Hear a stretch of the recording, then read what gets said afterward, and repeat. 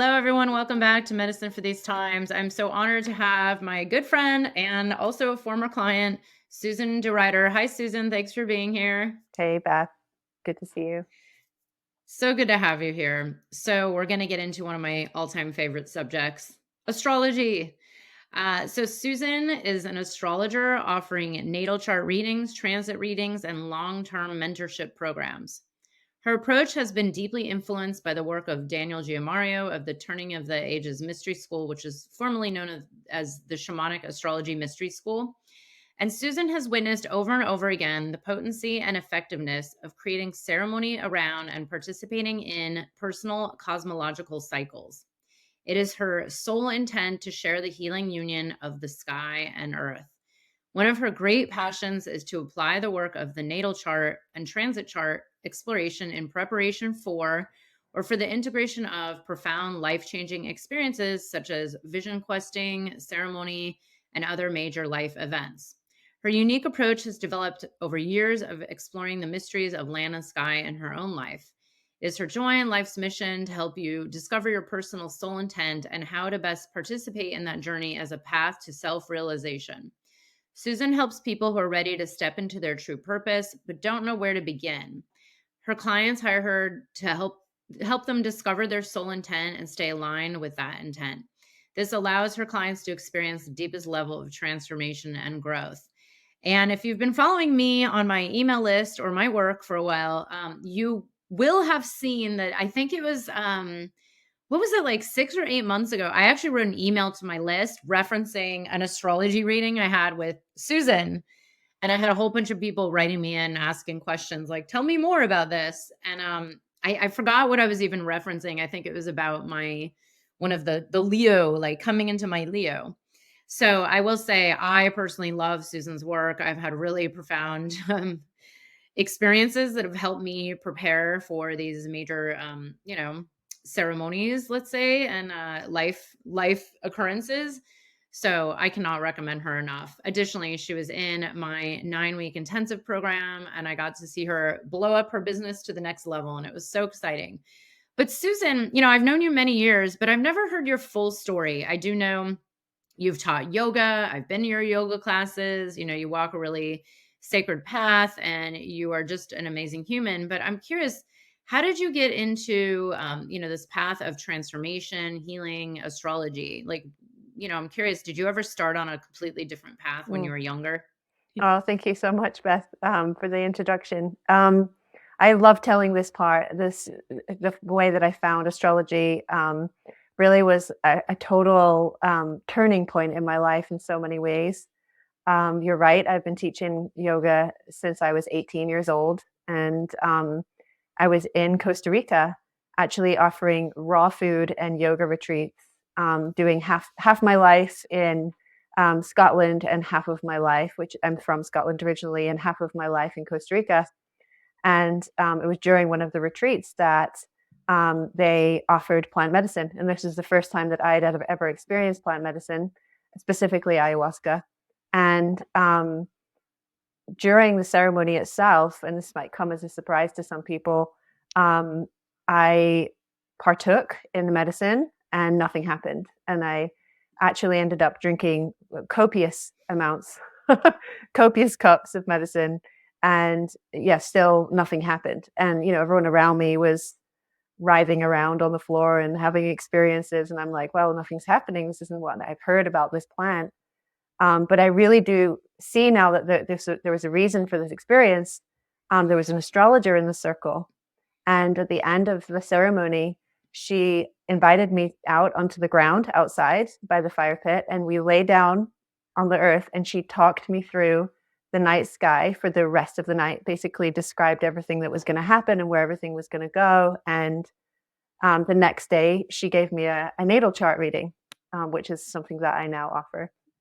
And so this lady's name is Cristina Moriata, and she still practices. She lives in Portugal. And she became my first teacher, my first astrology teacher. And it was her who then turned me on to the Shamanic Astrology Mystery School from there. But yeah, that night was really pivotal. I went from offering these yoga retreats and with the yoga, the raw food, and then finding astrology and just completely opening myself up to those teachings. And there was a lot that she shared during the reading that literally transpired within the next 4 weeks. I met my now husband. Um, I closed down my business that I was doing and moved to New York. And all of this was, it's not predicted in a natal chart reading, like this is exactly what's going to happen. But it's more of, as I like to refer to it, like a weather forecast. It seems like this kind of thing is coming. And she was totally spot on and totally right. So, and that was 10 years ago, 10 years ago in January, where we are now. Yeah. Oh my God. I never knew this about you. This is an amazing story. I mean, I knew about where you and your husband met and a little bit about that, but that is fascinating, especially with the medicine not working. Yes. Um so Or I'm maybe it assuming was working, right? It was doing exactly what it needed to do that night. true, right? Yeah. And I'm assuming the medicine has worked for you since that moment, right? Yes, very Like much so. Yeah, worked. the next time I ever worked with that plant, I had, one of the biggest experiences of my life. I think basically because I was asked if I was sensitive, and I obviously said no. And so I was served quite a lot. And yeah, that was when everything really changed. Perfectly designed. You can't make this stuff up. Yeah. Now, let's get into the transition of your past work. I'm always interested in this because there's a lot of I still get yoga teachers and meditation teachers and maybe people who are doing in-person work like acupuncture and body work who maybe want to start being Mm, of more service, whether it's astrology or energy work or coaching of some sort, integration work. You said you just shut your business down, mm. but how did you make these transitions? Did you just shut down and all of a sudden astrology was taking off? Or, I'm curious the story of how you've kind of woven this in and made these transitions Mm. and shifted and come into a bigger place in your business. Yeah, absolutely. Yeah, well, it wasn't overnight. Of course, I was just the beginning of my studies with astrology. So I continued to teach yoga, and over the next couple of years, made the transition from living in Scotland and doing part-time Costa Rica to completely relocating to New York. And um, yeah, a bigger side story, I guess, was taking a look at my life and realizing that I was really bopping around all over the place, not very grounded. And I was really looking for something with a little bit more consistency. And I mean, also meeting my now life partner, um, we chose New York as our location. And it gave me the opportunity to settle, continue teaching yoga. And I started to really deeply study astrology and weave it actually into my classes. So people who have practiced yoga with me will know that I always started my classes with my little, translation synopsis of what's going on in the stars and weaving that into the class. And like, the simplest level could just be the moon phase that we're in. It's full moon, and so we're going to work with that.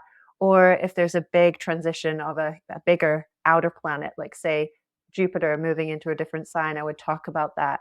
And I noticed that people were really responding and like, wow, yeah, that's really up for me. I really feel that right now. And so it just fed my passion more and more and more. And I just got, more pulled in. And over time, the yoga became less. And it was actually more recently, maybe I would say about 3 years ago, that I got the big hit of I don't have to only offer yoga classes. I could probably start to transition over to being a full-time astrologer, and that being my bigger work. And it started off with natal chart readings, just one to one, and working with somebody for maybe 1 or 2 hours, and that was it.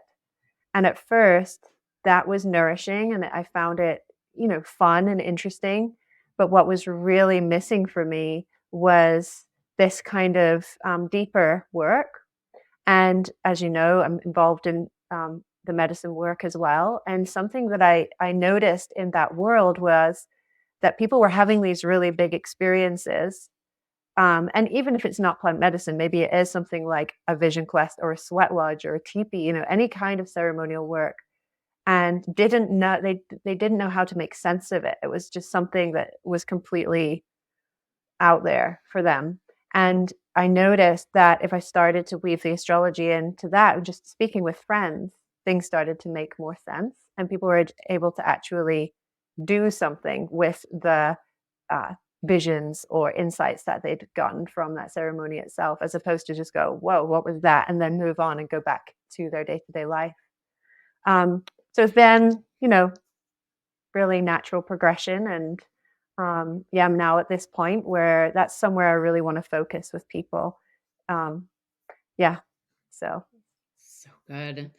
I mean, I've always been into astrology since I was a kid. My friend and I used to buy these little star scrolls. Some, I don't know if they probably didn't have them in Scotland, but you'd buy them at the grocery store every month, and they'd have like your whole month. mhm, But I remember, kind of just not knowing like how astrology works, other than it made sense to me and it resonated every time. And then there was this one moment during an ayahuasca ceremony, believe it or not. So I always make fun of myself when I say that. It's like, oh, it became so clear, but there was just this clarity around like, wait a second. If we believe everything is energy, like a rose has a certain energetic imprint, and, probably like you and a lot of listeners, like I work with essences and these kind of energetic, subtle energies of essences of, plants or flowers or even gemstones. And then it kind of hit me. I was like, wait a second, that's the same thing as the stars. yeah. And it just kind of made sense. But what would be your explanation to someone who doesn't quite believe in astrology? Because believe it or not, there are people on this spiritual path or even the medicine path that are kind of like not into it. And I'm always surprised. But what would you say to the doubters? Like, how Mm. does astrology, how do you sum it up, Yeah. how it Thank you. Yeah, works? it's a great question. I think that a lot of the time people doubt because maybe they don't fully understand or haven't fully experienced it in a really pure way. In that astrology, as I said already, is not predictive, right? There's nothing about me that is psychic or trying to tell the future. It is really about what is the landscape ahead, or what is the territory, and that is coming from this concept, which is ancient concept, way older than any of us alive today, right? Thousands of years old, of this as above, so below, right? And this goes back to the Egyptians. We're talking thousands of years. So if you think of like how small we are, how teeny tiny we are, and the size of some of these planets, I mean, it's not even worth thinking about. It's kind of beyond what our minds can handle. um, it's impossible not to be affected by that. And I will say this in quotes, weather, right? So Jupiter moving through a certain area of the sky, or Pluto moving through an area of the sky, is like a weather forecast. And there's no way you can avoid that weather. We're here. You can't hide from it, right? It's coming from all angles. So the bigger picture, I think, is that it's not just you, Beth, as an individual, or anybody else experiencing it. We're all experiencing it together. Um, and you can look back and see, big events that have happened because larger planets have moved into different signs, and it's there in history. We can see that those things are happening, and I mean, right now we can definitely see that conjunction that happened in 2020 of Pluto, Jupiter, and Saturn. COVID, right? It's right there, and all the other events that came from that. So I actually remember saying in a yoga class a couple months before the pandemic, um, one of my students reminded me of this recently. Pluto, Jupiter, and Saturn conjunct together in the sky in this way. That's the kind of thing that causes a pandemic. And it's not that it necessarily caused a pandemic, but I was reading the weather forecast, right? And she came to me and she was like, "You did this." And it's not that it was me. It's just that, again, it's in the air, right? It's all around us. So yeah. Oh my God. Yeah, I'll never forget, because I'm actually attending the Preparing for 2025 summit right now, and I missed out on I think it was in 2018 where they had the Preparing for 2020 summit at Yeah. the Shamanic Astrology Mystery School, and I remember being like, Yeah. "Oh gosh, what is going to happen?" But, it's like you said, Yeah. it's just because I knew about that, and I actually wrote an email in 2018 about Uranus and Taurus, which I keep meaning to resend. I actually resent it in 2020 and I Mm, want to resend it again this year. But it just kind of like, I do have to say, when the pandemic hit, it made me feel a little more like, oh, okay, here it is, yeah. like almost not to say no big deal, but like it wasn't as shocking as maybe it was for other people. Cause I was Right. like, yeah, there's this knowing that it's Totally. just part of the blueprint, right? And it's actually okay. I'm curious what your take is on this. Someone else had mentioned this to me a while ago, and I had never really given it much thought. But when I look at, so I've been working with ayahuasca for about 10 years and other medicines way longer, but ayahuasca has been this deep journey. And when I look at certain stretches of years of times, the quality of my ceremonies has completely changed. And everyone knows ayahuasca is very like unpredictable, who knows, but it's even with the same facilitator for 10 years, it's been interesting to see how it's changed. And I thought it was just me and like who I was and what I was going through, which maybe it was the transits. But someone else mentioned it's like the feel of what we're going through based on these big transits that we're all going to feel no matter what. Do you feel like that affects medicine? Like, have you noticed maybe themes and patterns in other people's medicines and clients of yours? Like, have you noticed this, and is it kind of the same thing, or? Mm. Okay, so what I hear you saying is that like uh, the climate of the sky, like this astrological, how that affects the ceremonies itself, right? Yeah, for sure, Yeah, like for some sure. years feel a little darker than Yeah, others. Some were like way more purgy than yeah, others, purgative. yeah, yeah.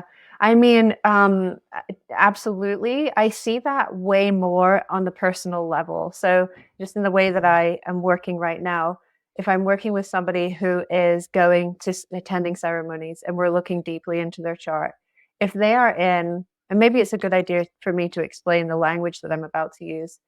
There are three worlds that we can be in, generally speaking, when it comes to astrological transits, right? And this actually relates directly to shamanism. This is talked about a lot in shamanism. There is the underworld, which is where we're going to deal with shadow aspects, the unseen. Um, there's the middle world where we're looking maybe more at our three-dimensional life, right? What's going on all around us, our home, our car, whatever.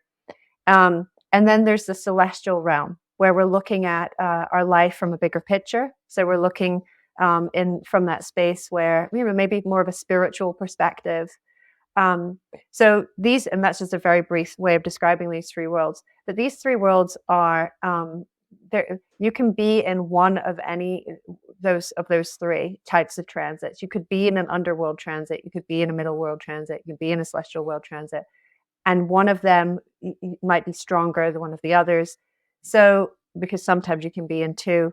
So, if somebody's in an underworld transit and they're going to a ceremony and hoping for some three-dimensional middle world answers, and they come to me and they say, I really just want to know if I should buy this house or if I should move to the Bahamas, or it's like, well, right now you're in an underworld transit. This is just not the forecast for you. This is not what's up.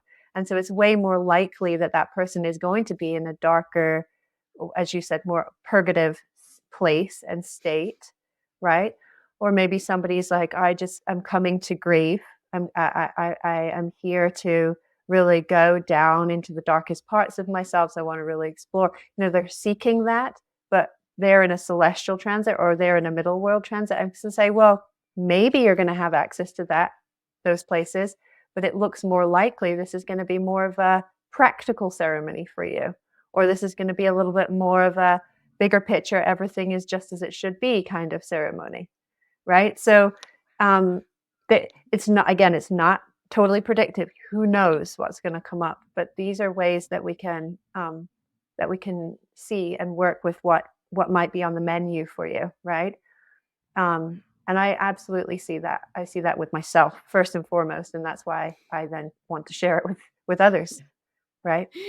I love this as an integration tool to even make sense of 10 years of ceremony work. It actually would be really interesting to go back Yeah, and look at certain major astrological transits that, because I don't know about the other people listening, but there's still things that I'm processed that are very, like a ceremony from years ago, or a moment, or something that really resonated, that's actually been like a guiding force in my life. Like, I've had these moments during a ceremony where it's like, if I didn't have that moment, I wouldn't have this guidance. yeah. Hmm. It's interesting to look at. That would be, by the way, a very interesting offering, like a whole comprehensive I can say for the my last 10 years of your life. I can say for myself, yeah, that was exactly what happened to me, as I shared in that story of the first time, meeting Christina and having that astrology reading. I was in my Saturn return. And for anyone who knows anything about Saturn, it's a total restructuring, total reorganizing of your life, and kind of a get real moment. And I remember the next time that I worked with the medicine, it was a few weeks later. The list was, okay, you need to change the way you eat, you need to change location, you need to change your work. Like, this is how it's going to look. It wasn't like nights and nights of weeping, or even nights and nights of like ecstasy and bliss. It was like, get real, get practical. This is what you're going to do. Total Saturn return type of experience. Now that I look back at it, I'm like, okay, it makes sense. Oh my God. Hmm. I love this. And now I understand. It's interesting. I've been blessed to, not to say be very clear on my purpose, but I've always listened to the inner guidance. And I've also just been very surrendered to, like, oh, is this what's coming through my reality? Okay, I guess I'll go with it. So for me, kind of having purpose, although I did spend 15 years not in my purpose in the past, but since then, it's come very easily to just kind of be like tuning in and listening. But I know a lot of people come to you for purpose. And I do want to say, when you joined the 9-week intensive, it was a lot of shifting into this kind of deeper work you're offering to really help people find that purpose, know themselves better, make more sense out of, what's coming through them, and working with the transits to integrate it, to also, as I always say to my clients, like, it helps you reconfirm what's already coming through you. So that way you're not just doubting, or, you have a little less fear. Let's talk about this, because you started offering kind of a deeper program, which, I'm kind of doing a version of that with you, where we're doing some readings fairly often, and it's been super helpful. Just the amount of guidance to make sense out of, oh, like, this is what I'm going through, or this change is coming up, and this is the path, or this is what's coming through me, and this is the path I should take. But yeah, let's talk about this work that you do around helping people with their purpose, and what it Mm. looks like, and what you created inside the 9-week program. Yeah, yeah, for sure. I really love this program. Is really fulfilling for me to be able to start to do this with people, right? The single natal chart reading, I can just kind of give them a little glimpse through the keyhole. But when we work together more intensively, first of all, getting that overview of what kind of transit someone's in, right? Because you can have a soul purpose that's never going to change, right? That's written in the natal chart. It's there. It's not a demand. It's important to remember, this is a soul purpose is an intention. So you do have a choice, right? You can choose not to do your soul purpose. Totally. I'm not saying it's going to be easy, but you can choose not to. But if you're aligning, you're like, okay, I'm ready to do this. What we then first have to do is look at what kind of transit you're in, because that transit is going to give us an idea of how you're going to come to your soul purpose. So an example of this is, if somebody is in a massive healing initiation, the way that they're going to come to, during this 9-week program, an understanding of what their soul purpose is through healing wounds. It's not going to be through that more practical reorganization of their life, or jumping off a cliff and just trusting, like, this is what I'm going to try. There's different transits have a different feel. And then if we can tune into that, I can bring it from that lens, and it's going to land more easily for people.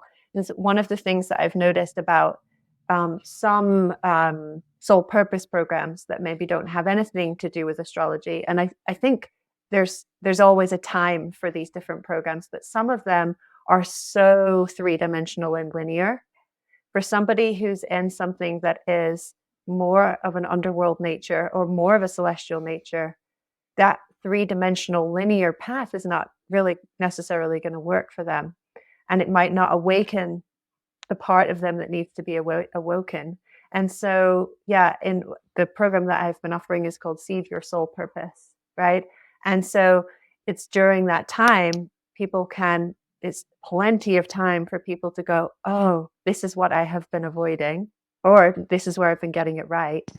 And these are now ways that I can more deeply tune in to what has been blocking me, or in what way have I been delusional, right? And following another path. And with all of that time, we can pick it apart. So it's not actually an easy program, right? And this is something that, it might sound crazy to tell everybody this. It's actually really hard work, and it can really be quite triggering. Luckily, I'm okay with that, right? I have a background as a yoga teacher, so I'm totally used to triggering people. And the word triggering has a really bad rap. I think triggering is helpful to go, oh, right, okay, that's really done something to me, and I need to really sit with that for a moment. Why is it that that's bothering me, right? And so when we open up these parts of ourselves, we can really start to get to the bottom of it. We can really start to figure out what it is that is in the way. Oftentimes, it's perceived external authority. This is a huge one. Somebody thinks that authority is outside of themselves, that somebody has to give them permission to do what they're here to do, right?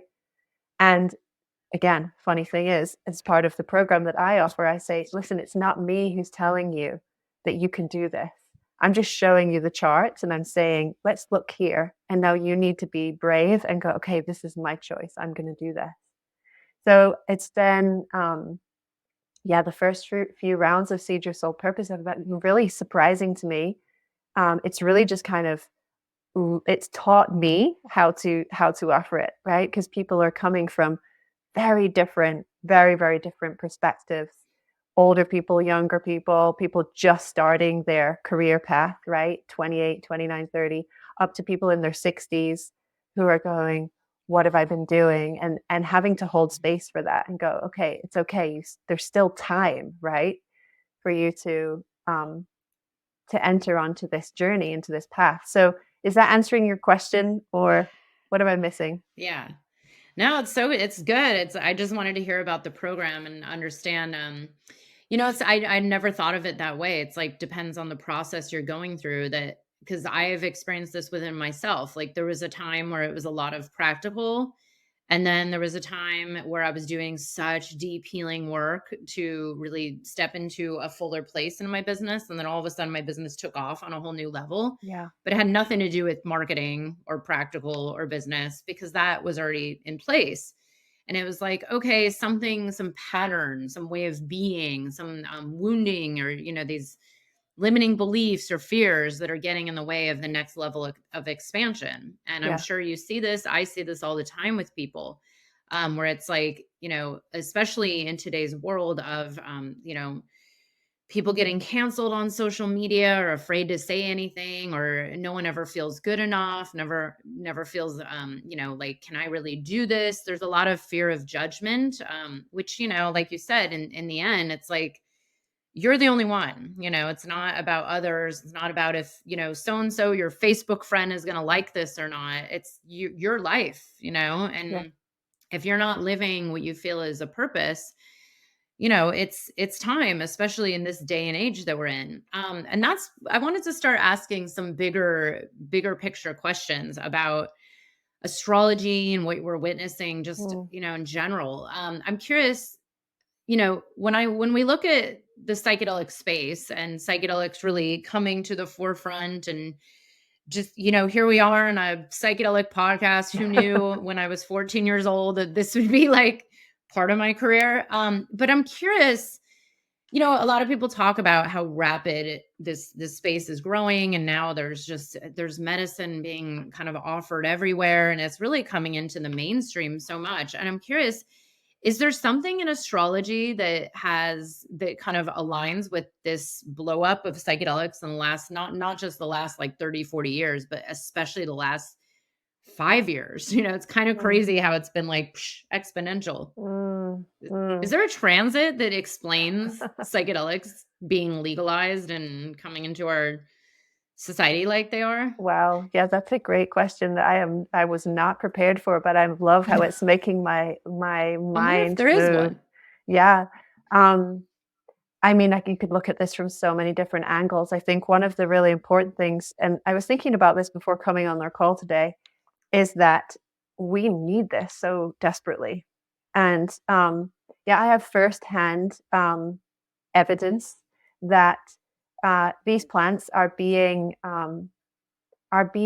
encouraged out into the world by natives, right? I know that that is the case, that there are people in the jungle who think that this is a good idea, right? And I know that there's also a lot of people who think that it's being overused, and I also feel that that's really important. We need to learn how to do this with integrity, right? And um, with a thought of longevity and sustainability, so that our children and their children can use these plants also. Um, so I think a big piece is obvious. The obvious one is Pluto, right? Pluto has been moving through Capricorn for 20 years now, and that, I mean, in conjunction with so many other big shifts, the turning of the ages, which is why the school renamed itself. The school that I learned from, uh, there is such a big shift happening. And so while those bigger structures and organizations and governments are absolutely coming into some kind of huge change, um, crumbling, for want of a better Yeah, description, no. right? That's what I was gonna I'm say. trying to say it the nice way. But things are really shifting. And so for me, it's like Pluto's coming in to offer something from the underworld. Pluto is the ruler of the underworld, to say, here's how we can do this, right? This is what you need in order to see things differently. I feel like I have to say this, just a slight diversion for a moment, is that um, it's needed so desperately, and at the same time we have to do something with the messages that we're given. And that's something that, one of the reasons why I'm so passionate about this work, like, let's get to the point, let's start to really look at what you're here for. um, Something that's been hard for me is to attend these circles and ceremonies, and people are just, knocking back medicine, and it's like a party, right? They just want that. I just want to have that feeling again, and then they jump back in their car, and the back into the gear stick, and everything goes back to as it was. And so what's really important to me is that each time we're working with these plants, it's, whatever it is that you're working with, it is with the deepest reverence and respect and gratitude, and asking those bigger questions of, why am I doing this? And how can I make those changes or bring this out into the world, right? As we all know, I know many of your guests have said this before, right? This is what it's all about. Um, so back to Pluto, when we're doing that work, when we're ingesting these substances, which are maybe more of like a plutonic energy, underworld energy, um, if we're doing it in the right way, Pluto is going to support the phoenix rising process, right? That's the other side of underworld work. A phoenix will rise. And so, as Pluto now, towards the end of 2020, November 2024, Pluto will shift permanently into Aquarius for 20 years, right? It's not going to go back into Capricorn again. So we're seeing that peak of that cycle, and now this huge explosion of the usage of these kinds of plants. So there's that. And then, I could start talking about Chiron too, which is coming to mind, just the need for healing, the huge need for healing. And Chiron, for those of you who are not familiar, is seen as the wounded healer. So offers healing. Wherever it is in the sky is healing, and has been with the north node of the moon for quite a while now in and around that area. And the north node of the moon is the directional arrow of humanity. So if you think about outside of your birth chart, but in the sky, where that point is right now. And so having that healer with the north node, with that directional arrow, it's saying it's time to do this work, right? Yes, the destruction, and yes, the crumbling of what we've known for a long, long time, and healing at the same time, right? And so I think that yes, the time is now, and we have to really trust as well that that it's all right, that what we're doing is good. None of this like I'm not worthy. I shouldn't do this because I'm not good enough. And this is here for good, and so that we can find our soul purpose more easily, or collective purpose also. Yeah. Mhm. There's so much in the sky right now. So much. That gave me chills, by the way. It's amazing, for as much as I consume astrology content, I had never heard that, or I had heard it and not thought about it. But that's what I say. It's like it's very obvious that there's just a desire for healing, and people have reached these breaking points where they've maybe tried everything, or they've gone the route of, antidepressants or whatever, they're Yeah. using to numb, and waking up and realizing like that's not working anymore. And I think a lot of listeners are called to this path of service.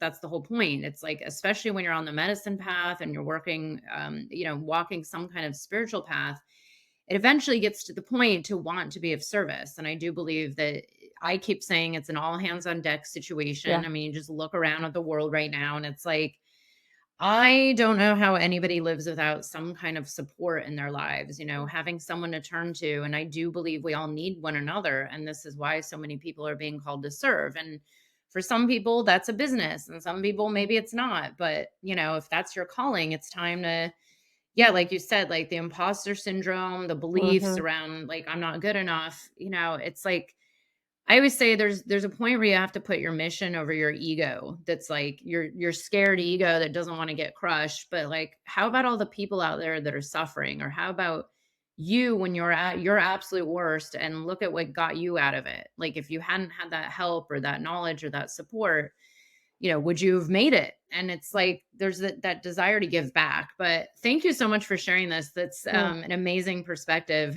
Yeah. It's very obvious that, these medicines are here. And like you said, it's to be in right relationship, and really hold it with integrity and reverence, which Yeah. is something I talk about constantly on this podcast, to bring it into, the right use. But you also said, to take these messages and actually work with them and pay attention. And, the word integration has come up so many times. And I've said to Susan, like, you should just blatantly put out, like, this is astrological, psychedelic preparation integration, Yeah. because that's how I've worked with a lot of our sessions. I will say there was something that came up like a year ago where it was kind of like, during a session, it was like, oh, this would be a good time for a ceremony. And I'm like, well, that's interesting. I was thinking of going to Costa Rica during that exact week. And I went, and I'm not making this up, everybody, but I had one of the most profound, awarenesses come up in a ceremony. That was actually a very challenging experience, but also one of the most beautiful experiences I've ever had. And just that moment has now become something that I've integrated into my day to day. I actually bring it into my meditation a lot. Like, that one moment in that ceremony can now be that reminder for the rest of my life, and to really, integrate it so that I can live at a different level. Yeah. And I will say that came through one of Susan's readings. Yeah, I love that you're bringing that up, and you've mentioned it before. The the potency of knowing about the kind of what you might be in for, right? So that when you're in that dark night of the soul, again, not to say that I can tell you exactly what it's going to look like. There's no way I can do that. I can't say what it's going to feel like. You're going to go in there, but knowing that, and I've been there too in my own experiences and transits of intense transits. uh, being in that space and just breathing with it and saying, this is exactly what I need right now. This is the initiation. This is the teaching that I need right now. How can I more deeply um, welcome it and open the door and say yes to what's happening? Because the more we push it and resist it, actually, from an astrological perspective, that planet is just going to work harder to let you know. And sometimes um, sometimes it's not as pleasant, right? It can come a little bit more like a wrecking ball. And so if we can go there, even when we are sobbing or whatever it looks like, just yes, yes, show me, welcome, welcome. Yeah. Yeah, it's such amazing work, and it's exactly, if I think back, how I came to this work, and so it's clear why I would be so passionate about speaking about transits specifically, um, with people. When I'm doing a reading, and this works, in the longer program or in shorter programs, I'll run a report of people's transits, and in that report, it will show us the days of exactness. So what that means is, for example, when that planet is aligned exactly with one of your planets, not just when it's close, but the day that it's hitting, right? Within the degree and within the second. And so this is what I now call a day of ceremony, as you mentioned, right? So someone says, oh, what do I need to do? Go to the jungle and drink ayahuasca? The answer is no. This is an opportunity for you to create ceremony for yourself, which I think is so needed, right? Some of us come from a background of zero ceremony in our lives, right? This is not religion. This is not some kind of dogma. This is about you taking control of your own intentional practices in your life. So that ceremony on that day of exactness could literally look like lighting a candle. And I mean, it's so beautiful to know that on that day, pick one out of nowhere, Pluto is exactly squaring your Pluto, right, on that day. I'm picking that one because I have one coming up in a few days here. So I know that on that day, it's an exact 90-degree angle between my Pluto and Pluto in the sky. And there I am in the middle. And just that act of lighting the candle and being with it for 10 minutes is a ceremony in itself. And you get to do that. You get to do that for yourself. You don't need to subscribe to any kind of dogmas or routines that don't feel right for you. You create it yourself. And that's the meaning of ceremony. That's the nature of ceremony. Or you can go to the jungle and drink ayahuasca, and you're probably going to feel a little bit more. Who knows? But it's a choose your own ceremony kind of situation. Which is so needed and so missing from so many people's lives. Yeah. I mean, I've talked about this before, and I've had other guests on talk about this need for ritual and ceremony, and really orienting us, especially in this time of what feels like chaos and uncertainty. It's like these grounding rituals to really bring us back into this connection, and really, like, I don't know about you guys listening, but I do a little mini ceremony every single morning during my morning practice, and it's like you said, it's like 5 minutes, and then a little bit of a morning ritual that really kind of opens up the day, Mm. and it's really just nice to have an orientation point, so it's not like guiding through life with no beacon. I always say it's like having a beacon in front of you and also having an awareness. And I actually look back on my astrology all the time. I look at my notes and I'm like, oh, okay. And then it's again, this is integration. It's like a constant integration tool where I can actually make so much more sense out of even the day-to-day things that happen. Like, oh, that one blow up with someone, or that one thing that happened, or maybe something in the collective, like, a war going on, etc.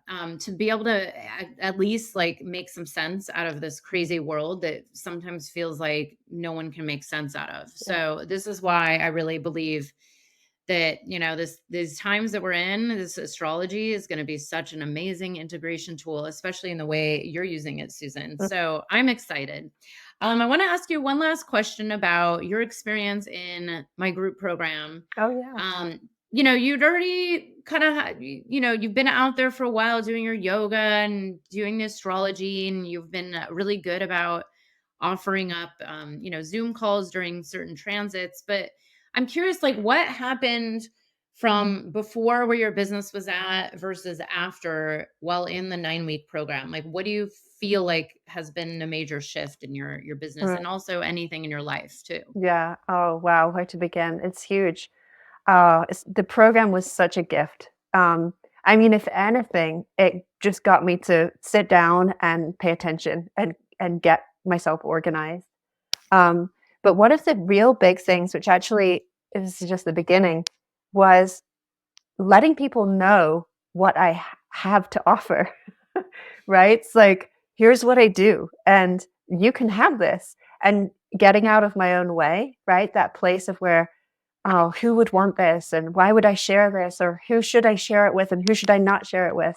What I realized was you share it with everyone because you never know who it is that's going to start sending you emails. And it's so true.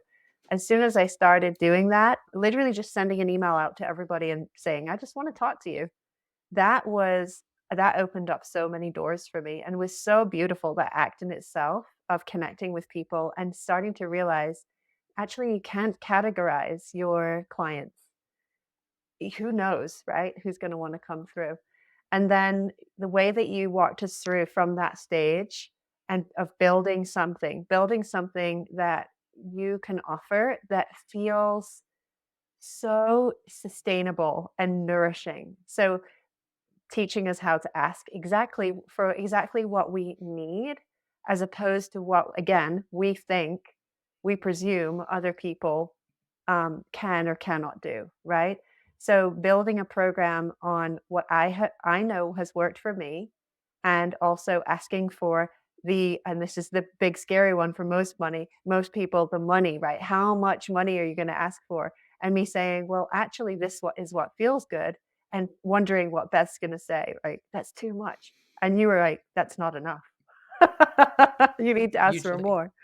And as soon as I did that and I started offering the program, I realized, oh yeah, this is actually really worth a lot, right? The amount of energy, um, the amount of space that I'm holding and the energy I'm putting into it. You can't really put a number on it, right? It's a different kind of offering. It's a different kind of work, and you really showed us how to show up for that, right? And really stand in that and trust it.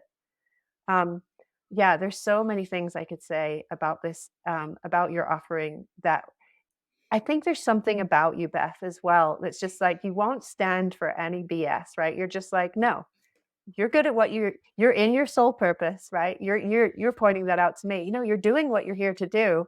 So could you just do it and tell people about it? And I'm like, Simple. I was kind of shy and kind of nervous. And now that I'm doing that, the kinds of people that I'm attracting are teaching me. It's so amazing.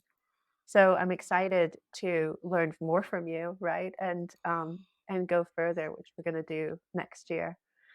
Yeah, I want to know how to deliver what I have even more, well, not concise, but just clear, and make it accessible for people, doubters especially, right? The people you were talking about, and see how it can be a help for people. And just one thing that I do want to say before we finish, because I know that we're running out of time, is something that keeps coming up for me again and again and again, is that if everyone was doing what they are here to do, which is something that you help people with, and me too, then imagine what that world would be like. And now it doesn't mean that everybody is working really hard and it's some kind of, ladder climbing career. I mean, some people's work is literally to spend their days tending a garden, literally to spend their days growing flowers. So maybe something that doesn't make any money at all. That's what they're here to do. But because they're not doing that, say they're climbing a ladder of some kind that is going nowhere, that frequency can be felt, right, in the collective web. And so I wonder what it's going to feel like when we are all doing our soul purpose. I think things are going to start to really shift, and that is Pluto in Aquarius for sure. I'm excited.